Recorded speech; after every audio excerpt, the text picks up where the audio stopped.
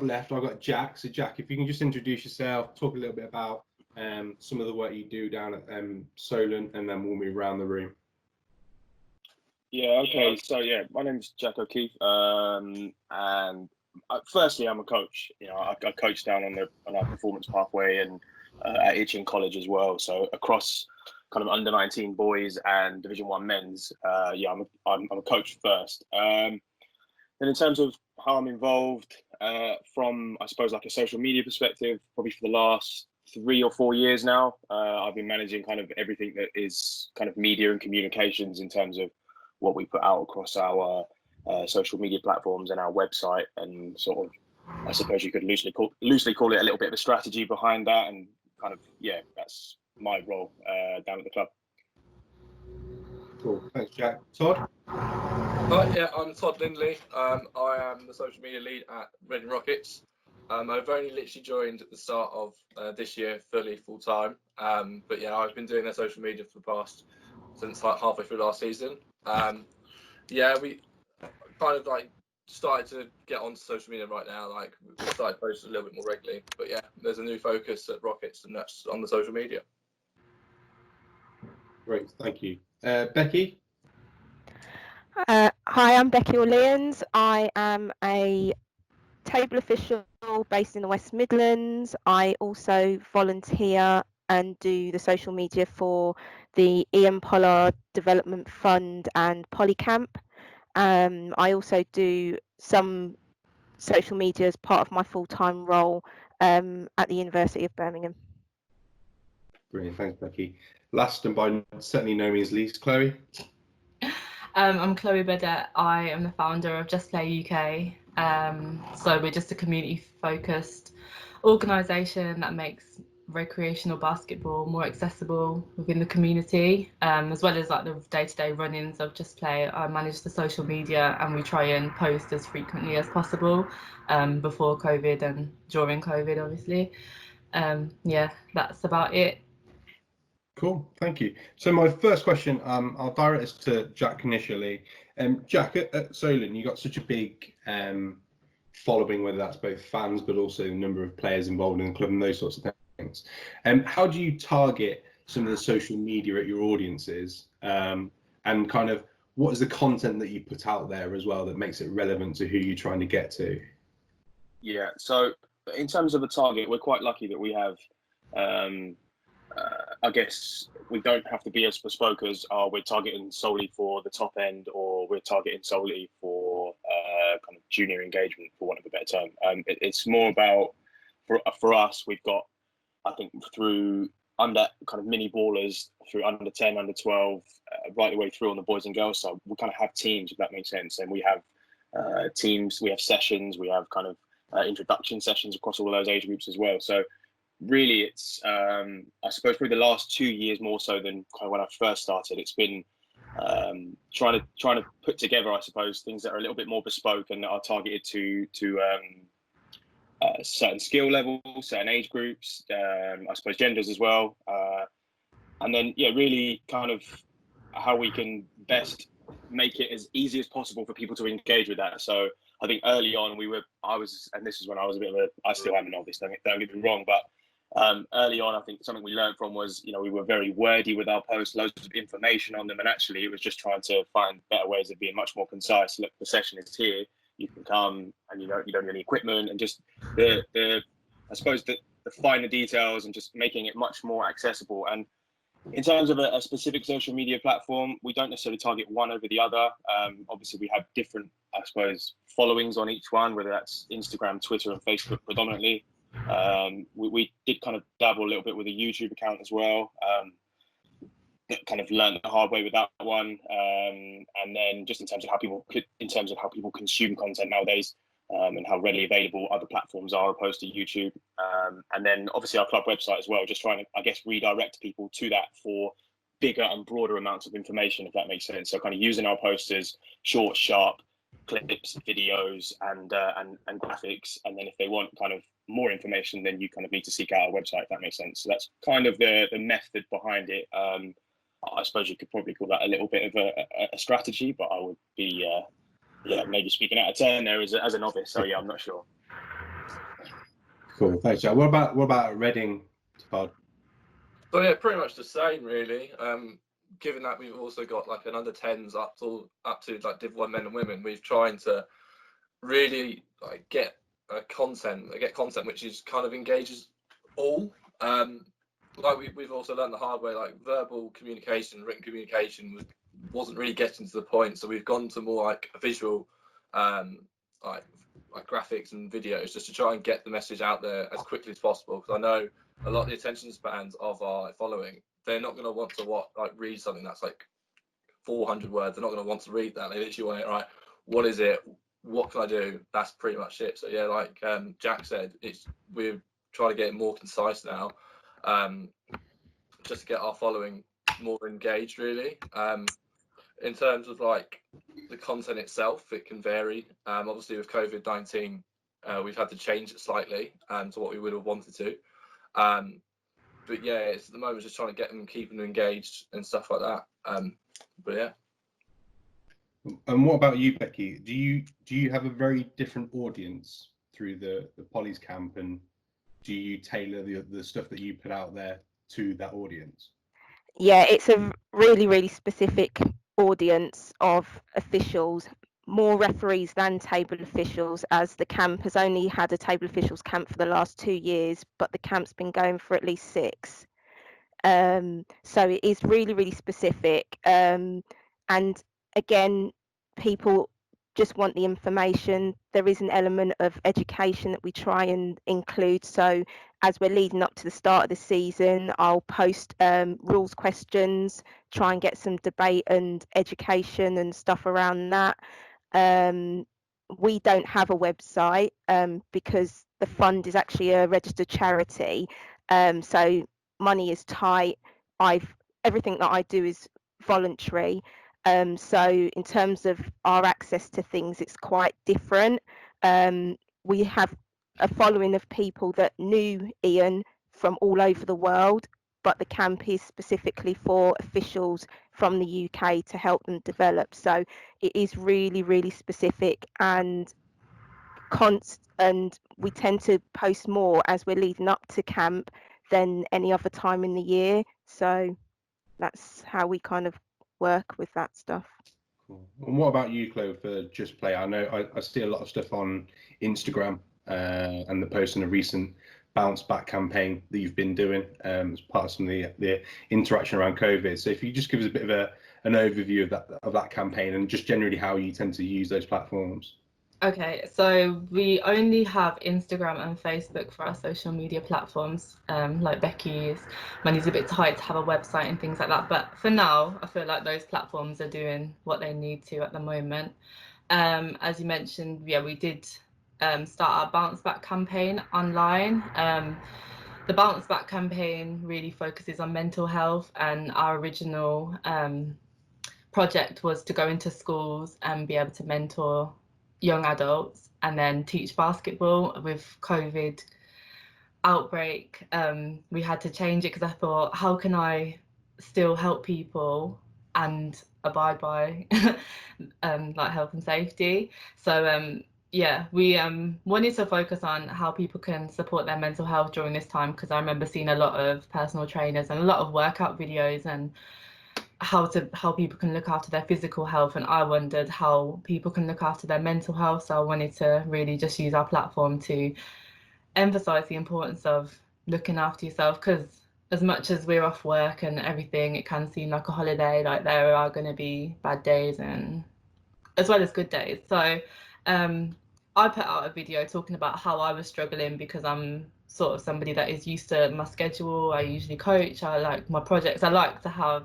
like a strict regime, and when that wasn't there anymore, I was sort of like, what to do. So I put on Instagram about how I was feeling, and I just wanted to encourage everybody else not to look at what everybody else is doing and just focus on how you can use this time to benefit you, and however better you come out of it is just down to your personal goals. So I put something out there. I got a really good response from a lot of people, a lot of basketball players, non-basketball players, just everybody that's following our Instagram.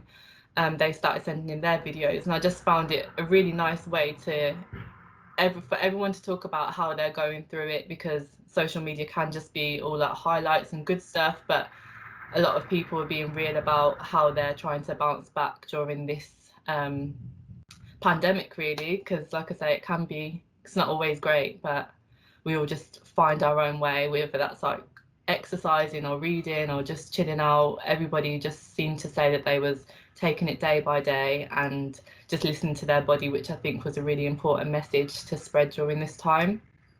Yeah, I think right now as well, if we didn't have social media, I think a lot of people talk about the positives and negatives of social media, and right now there's more positives that come from it by getting people to talk to each other and still be in contact. 'Cause I think it can be very lonely at the moment.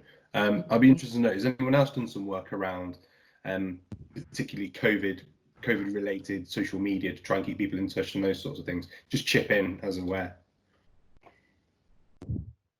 Well, what I've been doing on our platforms, Polycamp use both Facebook and Twitter, is on a weekly basis just posting how are people doing and letting people comment under those posts to just see how they are. And we've had a few private messages where people have wanted to chat a little bit longer, but just sort of reaching out and letting people take what they want from it. So I've been doing that most weeks. Reminding people of the things that the camp do. So every year we have like a montage of what happened in the camp, and it's we officiate alongside the GB Masters tournament. So there's quite a few memories and videos and different parts of the camp that we try and share and just try and remember the good times. So that's kind of what we've been doing. That's cool. Todd or Jackie, anything particularly COVID related? I wouldn't say necessarily anything that's been COVID related in terms of kind of how people are coping. It doesn't make me sound like a bad person. I have been checking my loved ones, I promise. But I guess as an organisation, we're kind of geared a little bit different to maybe Becky and Chloe in terms of kind of how they are kind of directing to different audiences, if that makes sense. So I suppose for us, it's been more we've been meeting as a coaching staff to find ways that we can interact with our kids still, 12 up through 18. So that's kind of not really been on social media, to be honest with you. That's been more from like a pastoral care type situation. We have access to those young people, whether that's on the boys' side or the girls' side of the program. So I think a lot of Zoom workouts have been going on. I'm sure you've probably seen those floating around and things like that. So just Zoom interactions as well. I think quizzes and things like that have been the best way for us as a club to try and engage our young athletes, because I'm sure the schools have been trying to do things, but I think we probably realised quite early on that we had a role to play in that as well. So I think I suppose behind closed doors, for want of a better term, it's not necessarily been on social media. I would say that the type of content we've been putting out on social media, I think a lot of clubs have done it, have changed kind of like their awards to social media, whether that's through short videos, through graphics. So that was, I think, in the early part of the lockdown, we kind of decided that quite quickly that we weren't going to be having an awards evening. So that was quite exciting for more so for the club and just the followers of the club to engage with over the course of a week. And I know other clubs have done exactly, pretty much exactly the same as that. So I would say that's probably the extent of what we've done. Obviously, we posted kind of our player highlights for our Division 1 guys, and we had quite a successful season, so it's been easy to shout about that and I guess remind people of the good times. So I guess that's kind of been our tact on it. I'm not sure about you, Todd. Yeah, we've pretty much done exactly the same. All our coaches have been contacting their team still via Zoom, doing Zoom workouts and stuff, and making sure they're all okay. Not really made that too clear on social media accounts themselves. A couple times we've had a running show, two guys at the club have done an Instagram live, and they do it on a Friday evening, so people can drop in and have a conversation. It's usually led by Matt and Mark. They do it, and people can just drop comments in and they interact with them. So I suppose that sense is the only thing we've really changed since lockdown itself, is that we've actually had that channel which they can use. But yeah, we had the online award ceremony as well, which was really successful. Given the circumstances, we did exactly the same, graphics, videos. We spread it out throughout. Every day would be quite long, so you have to keep checking social media, and then throughout the week. So in that sense, we haven't really designated channels of how to communicate with us. We just try to keep interacting with our followers wherever possible. So yeah, that's pretty much what we've been doing. Yeah, I think it's horses for courses, and I think a lot of clubs will do one or the other, or actually do a combination of both. And it also depends on your relationship. So, Jack, you were saying as a coach, you'll have that potentially that one-to-one relationship with those individuals and those kids. And I think there's a bit of a worry about when things go back to normal as such, getting those kids back involved in the sport and making sure that actually they're not interested in other sports, dare I say. It's more of a case actually that they come back and they miss basketball. Moving on very slightly, a lot of people want to do social media, which is great, and that sort of thing. I'm interested to know the time it takes and the ideas of content. You know, it's very easy just to type up a little bit, but actually there's a lot of work that goes into either taking that great photograph or producing even that 30-second clip. What are your guys' experiences of that, and kind of what would you say is your time taken up content wise as a percentage of your social media work as such? Anyone can chip in. Okay. It does take quite a bit of time. So I went back to uni. So I started with them halfway through the season, and I went back to uni and tried to keep it up. And there was a significant dip off of the content wise. We weren't posting as much as possible, as much as we could have done. In that sense, so it does take a lot of time, and you do probably need to have one to make it of such a standard. You do probably need one person to be really on that project quite a bit, and to make sure it all happens in the way, and they're in charge of that. But once it's all planned out and everything's in line, it doesn't actually necessarily take too long, he says. We've got if all the graphics are in place, we've had quite a lot of success when the graphics are in place, just to implement different pictures to make it work. So that's been quite helpful in that sense. We've been able to take the picture and then just put the graphic on, which has been really, really helpful. Yeah, the videos and stuff, it does take a while. But once you get used to it, I mean, I started off it took me quite a while, but once I kept on going with it, I got obviously quicker and quicker, learned shortcuts and stuff. So yeah, that's my experience. I'm not sure about anyone else and what they think. I think it sounds like... Sorry, do you want to go, Becky? Go, Chloe. No, you go first. I was just going off of what Todd said, because it sounds like he's sort of nailed it, where he's got the graphics in. I know I don't. So my social media is sort of just photos and a little bit of editing, and that's it. But I don't know, I have seen a lot of clubs use all the graphics. I do add my logo at the bottom right hand corner, but other than that, I just try and be as consistent with my social media as possible. So I do, like I say, I post daily and use the same hashtags. A lot of what we do is community focused, so a lot of our hashtags are around community and community basketball, all that sort of stuff. So I found that having 10 keywords that you want to use for your hashtags, use them, but also how they could be used differently. So basketball game and then game basketball, something like that. But I find hashtags really important as a way to connect with people. Other than that, yeah, I just post a lot, but not too much. So I think daily is enough. Anything more than that might be a bit overpowering, and your message might not come across as strong as if you was just posting one thing to focus on each day. I don't know whether that's different to anyone else, or would you say what you put on depends on the platform you're putting it on as well? No, because whatever I put on Instagram is the same that goes on Facebook. Like I said, I've only got those two, and it's just a really simple way you can just share the same thing to Facebook. Yeah. So that's how I do, and Instagram is the main one. Facebook is just, sometimes I sort of forget about it, if I'm honest. I'm just like, I've got people following there, so let me just share it on there. Yeah, cool.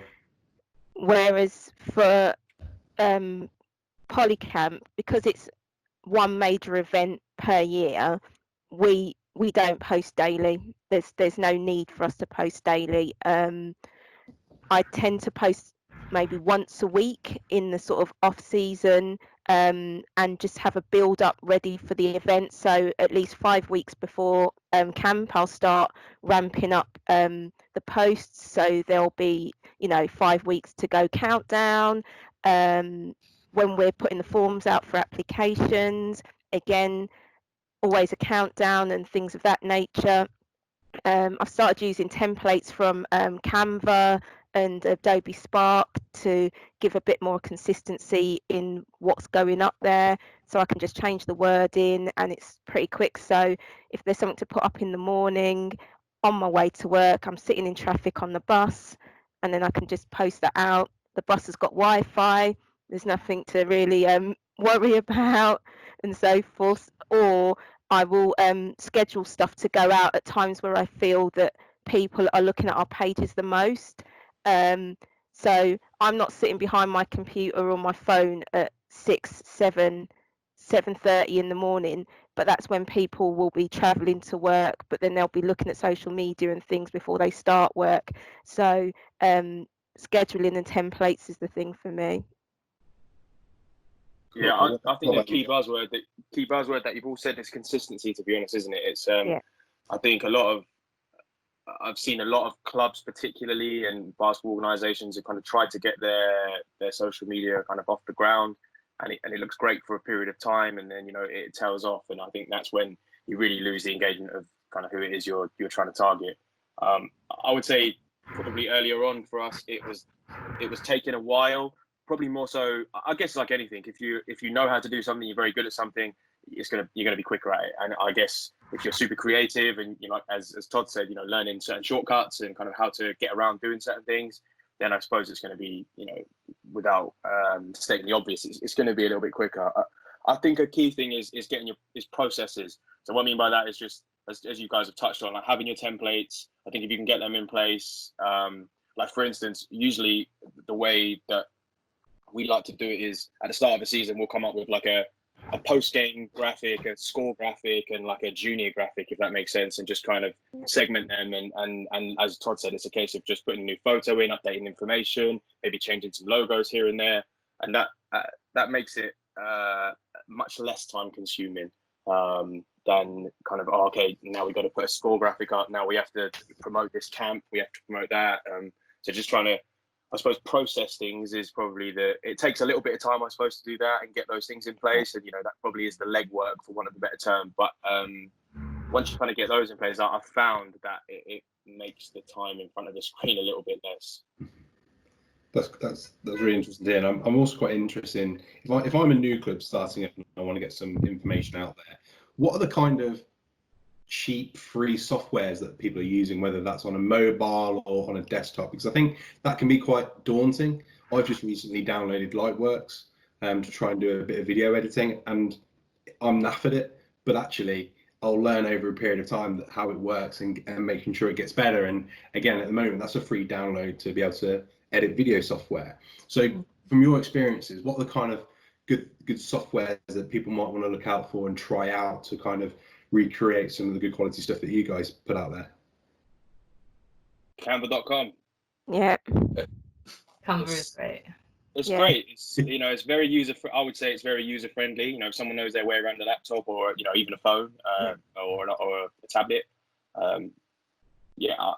I think it's perfect for a starting point. For someone that's got no experience, doesn't necessarily know their way around any Adobe products or any paid packages, because they can be a lot of money. They can be a lot of money if you don't know what you're doing and you don't have the time to invest in, I suppose, sitting in front of watching YouTube tutorials on kind of how to do what. I guess that's the easiest way to learn, but it's time consuming. And I think Canva, as you said, you've got templates readily available. You can kind of make things look similar. You can keep color patterns together. So I would say that. I don't know about you guys, but I think that is a great start point for any club, any organization, or charity. Absolutely agree. I agree. Something else that I use, because I do a lot of my posts on my phone, I use an app called InShot. I don't know if anyone's heard of it, but I use that to edit videos I take of like the sessions that I do, and it's really good to just like cut bits, add music, change and edit the video. So yeah, I use that and I find it really helpful. Like that is my go-to. What about you, Todd? I pretty much user saying Canva has been a main one really, especially when I first started. It was like really helpful. I used another one called Unum, basically that's for Instagram, just to see how it would look on a feed. That's literally all I've been using really. I've been trying to look for a better one, but that's the start of. Canva's been brilliant, to be fair. Just made a note of some of those as well, so I'll go away and see if they are user friendly at the same time. Another thing I'm really interested in is the negative side of social media and when it doesn't work quite well and your experiences of it. So I don't want to know any kind of specific details, but kind of just general issues that have arisen, how you've kind of dealt with them, whether that's been something you've posted out or comments and those sorts of things, and kind of how you deal with that if you come across it, really. Well, one thing I would say is if you're using photos, make sure that you've got permission to use those photos. So if you've seen something on another page and you don't know where that picture's come from or whether or not that page has already got permission, don't share it again. Just be really aware of what you're sharing or where the resource that you're getting your pictures or film from. Yeah. I think it's very easy just to click share sometimes and not check the research behind it and that sort of thing. You were going to say something, Chloe, sorry. No, I was just agreeing. I think one thing I'd say is just don't be disheartened. During COVID, I remember I tried to say like, I'll do a giveaway at 2,000 followers, and that was a few weeks ago. I'm still on 2,000 followers, but you know, you just can't get disheartened by it. Like, you will engage, and you know, just don't rely on everything that you put out to be successful, but don't give up. Yeah, I'd agree. I think it also depends. I guess everyone's got different ways of defining kind of like what successful is in terms of social media. Do you know what I mean? Like, is it that you've got 2,000 followers? Is it that, you know, every post engages 100 people? And, you know, I know that looks different across kind of like a Facebook feed or an Instagram feed. But I definitely agree with that. Like, I found that early on, like, oh, it's only got like 40 likes. There's no one looking at our stuff now. But then I guess you when you kind of dig deeper a little bit into like what the engagement's like, and I suppose that's, I guess, how we've reviewed if what we're doing is any good, if that makes sense. Like, is it rubbish? Do people not really engage with it, or, you know, does it get more clicks, more shares, more likes? And I guess there's different ways of, I guess, judging your success based on what you put out there. And so yeah, I definitely echo that point, Chloe, in terms of like not getting disheartened early on. You know, it is a little bit of a grind to get it off the floor sometimes. It does take a while for people to value what you're doing, and ultimately for you to make it look like something, if that makes sense. yeah. I think by doing that stuff, you just see what works and what doesn't, and you can Bit of trial and error, I suppose, isn't it? Yeah, you start to understand your following a little bit better, and if they want to do that stuff. 100%. Well, it's like, for me, I do some social media through my full-time job, so reach and engagement is really, really important.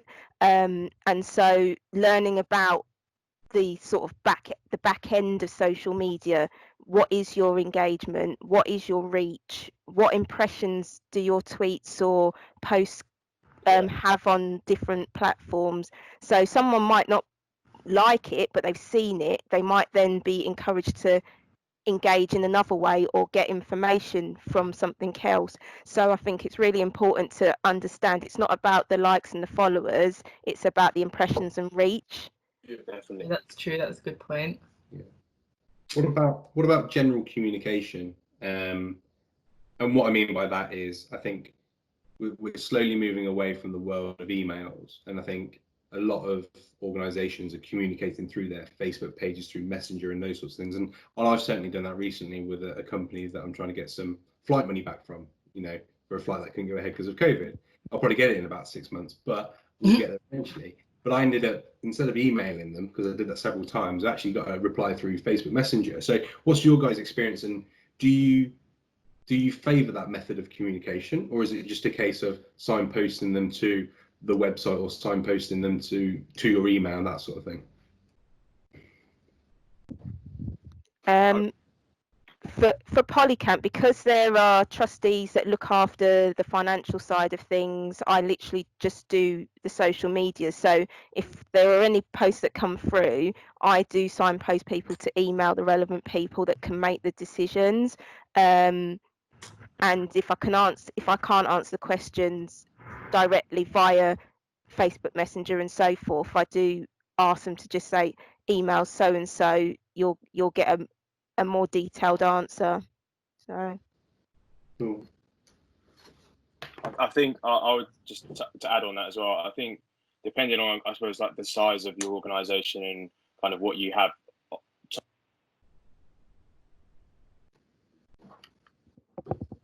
Well, I think you're I going to can't mute. hear. I think you're on mute. Didn't catch any of that.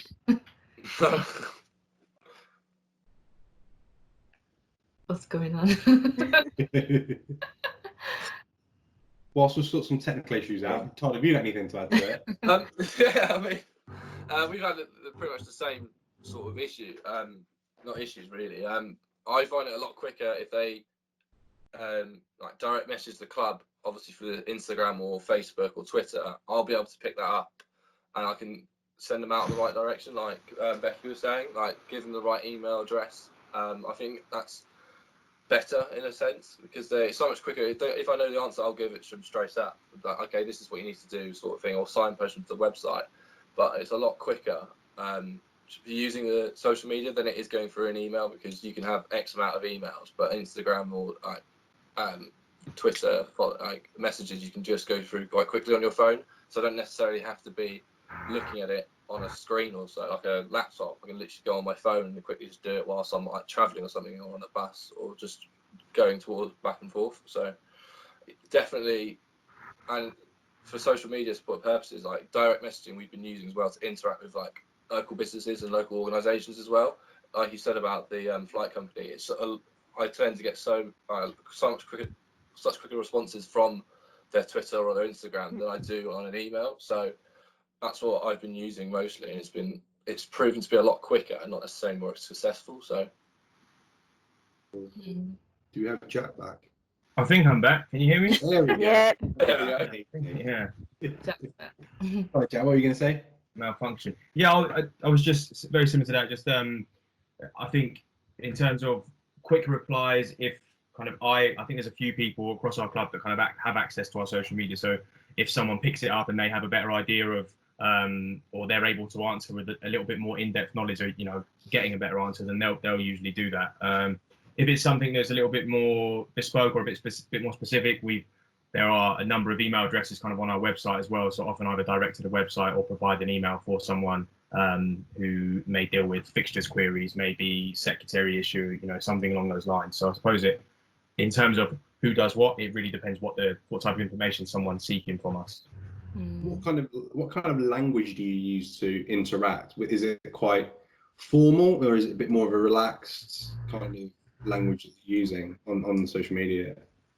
Do you mean in terms of general posts or communication, kind of like privately? Privately. I would say formal, formal, Yeah. pretty much all the time, to be honest. Does that work? I don't know what's different for anybody else. I guess that's just for us as a club. Yeah, I know that we're pretty formal. Yeah, pretty kind of high, kind regards, things like that. I guess everyone have different ways. I suppose things that are a little bit more instant in terms of like a direct message on Instagram, maybe not as much. But yeah, I would say on the whole, probably more formal than informal.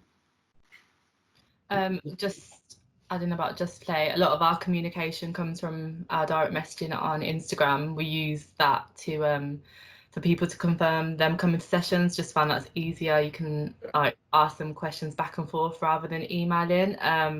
But we try to encourage like businesses or people that want to work with us, those more professional communication, like conversations, those through email.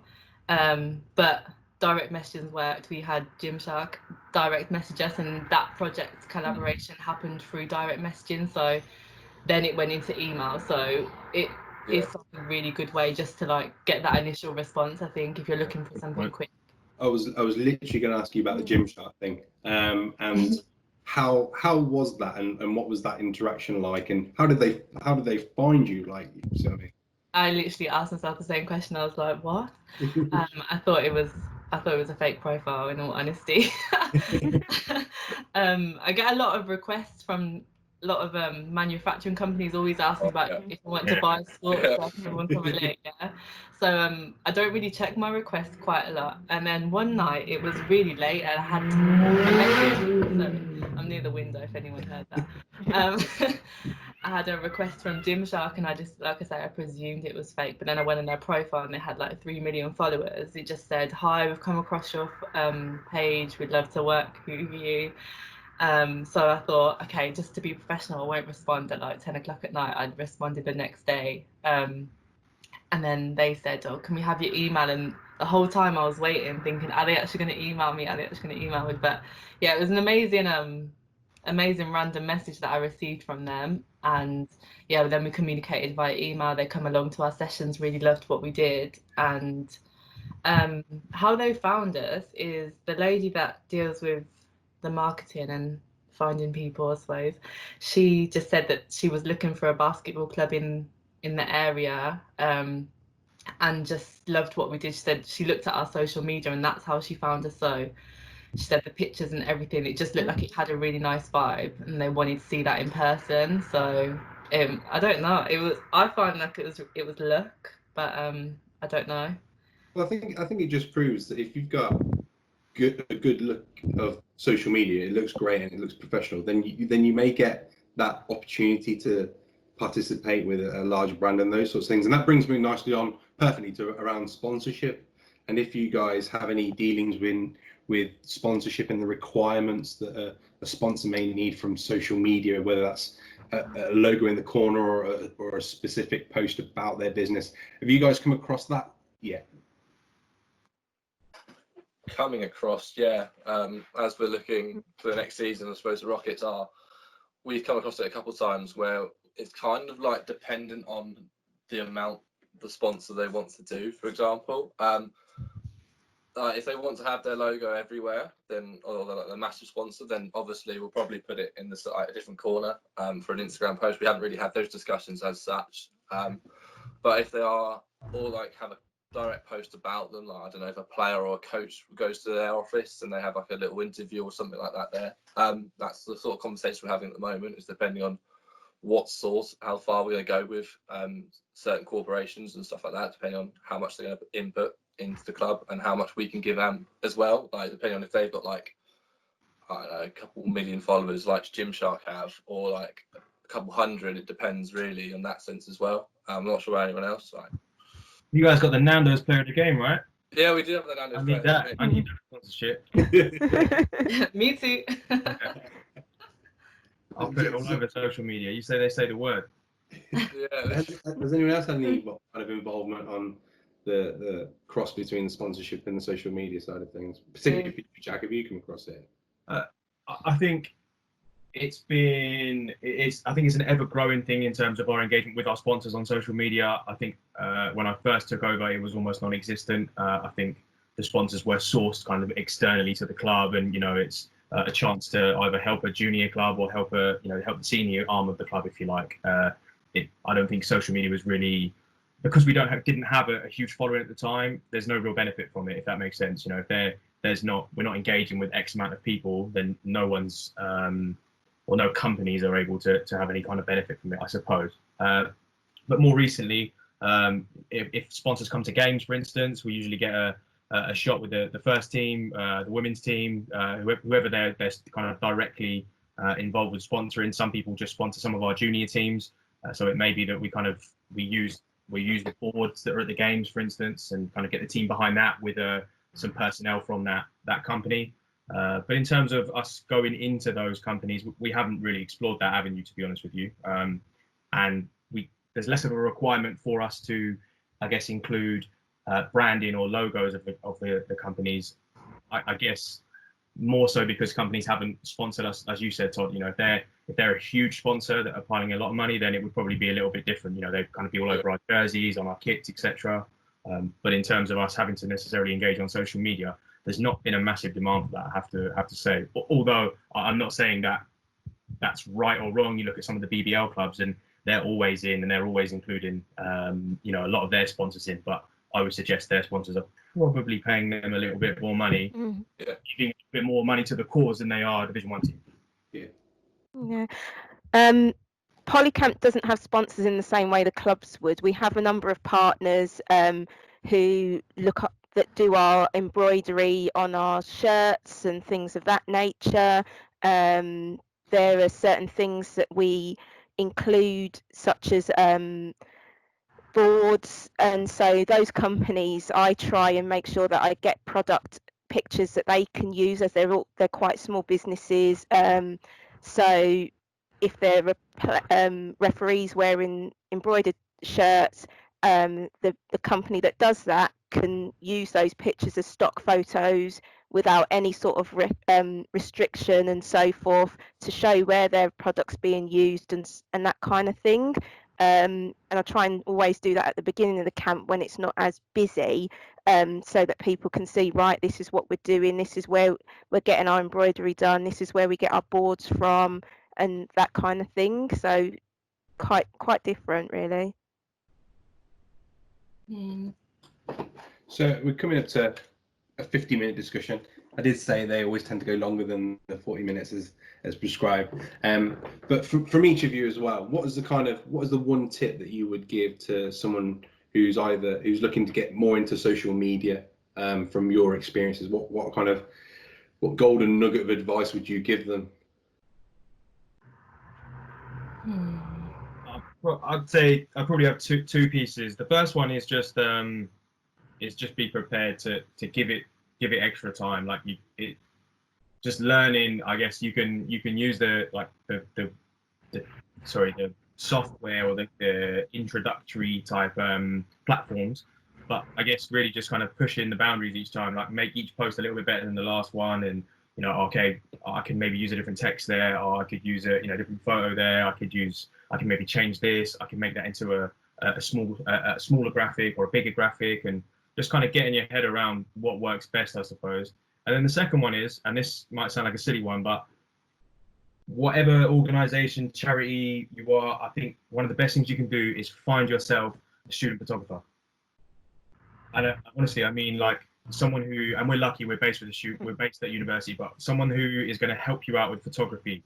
It's impossible to generate good quality. I mean, on photos and on kind of Instagram posts, it's easier. But when you want to make graphics, you want to edit things and make them look like things, if you don't have decent photos, it's nigh on impossible, I found.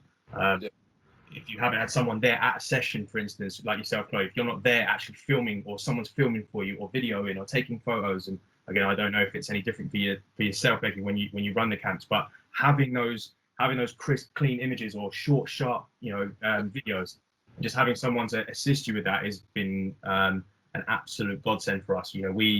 We're lucky to have he's an official club photographer now, but he started off just as a student photographer, just on the first year photography course. Touched base with him, just reached out, said, would you like to come to a game? Came to a game. Now, he's doing, his name's Luke Simcock. He's doing a lot of the NBL stuff. I mean, you look at Basketball England's Twitter feed, I think probably the last 50 posts, at least 50% of them are Luke's photos. He's excellent, and he's got better as well, so he's been able to learn on his craft, he's had to work on his craft, build his portfolio up. He's got loads of paid gigs since, because he's just been able to show, his work, if that makes sense. And in the same breath, we've got hundreds of excellent photos as a club that we can use on social media, brochures. We can blow them up and put them on game days. We can put them on the front of our match day covers. You name it. We've got really good high quality images, and I think you can do that on a low budget. I'm pretty sure. Yeah. What about you, Becky? Well, I am that photographer. So that's one of the reasons I got involved, as well as giving back to a really good cause and wanting to help develop, is I wanted to develop my photography. So I do all the photography. I contact other photographers to see whether or not we can use their photos and so forth. But the top tip for me is make a plan. So I know when camp is going to be, so at least 2 months before camp, I'm already thinking about, right, what shots do I want? So I make a list. What equipment do I need? Who do I need to help me? What templates do I need to get ready? And I literally have a plan of everything that I'm going to do, when it's going to happen. So we always have a team photo of all the campers taken on a Friday night, and it's like, right, okay, how can I set up this shot as well as get nearly 40 odd people in a group photo? So some of the trustees organise putting people in the right place and the heights and so forth. And as I'm doing that, I'm taking test shots, I'm taking video content. So we've got a little video hyperlapse of the organisation of the photo. And then when everything's ready, I literally run from the timer of my camera on a tripod and sit in the picture, and it's done. So I know what I need to do and where I need help. But I'd agree with the photography. It's a godsend if you can add quality. Yeah. One of the other things I would suggest, because I do quite a lot of filming and taking pictures with my phone, is make sure that the lenses are clean. Yes. No blurry shots. Yeah, and use the timer on your phone to get a clear shot. Those would be tips for me from a photography point of view, and make a plan. Cool, thanks, Becky. What about you, Chloe? As I've said over and over again, be consistent. I think you really need to think about what you want to get across on your social media, and who you want to target. Who do you want to be interested in it, and why are you doing it? So I have actually got a photographer now, just saying. I got like a volunteer person, so yeah, he helps out. But yeah, I want to always get like a mixed audience on my platforms. I don't want it just to be one person. Like, we scream community over competition. That's what we want. So it's not just one type, not one player. We want it to be a mixture of older and younger, and all types of people. So we always trying to get like images of that, not just images playing, the community cohesion that you see on the sidelines. We just want it to really focus on how like what we're saying. So we're saying community of competition. That's what we want to show on our social media. I've said before about hashtags.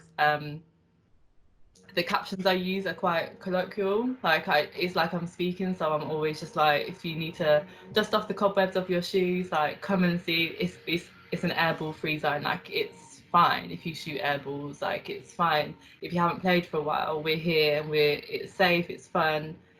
I just want to tell everybody not just what they need to hear, but what I would have wanted to hear when I stopped playing basketball for 5+ years. I wanted it to be comfortable. So I just try to be consistent with your social media and just really be authentic, I suppose, is what I'm trying to say.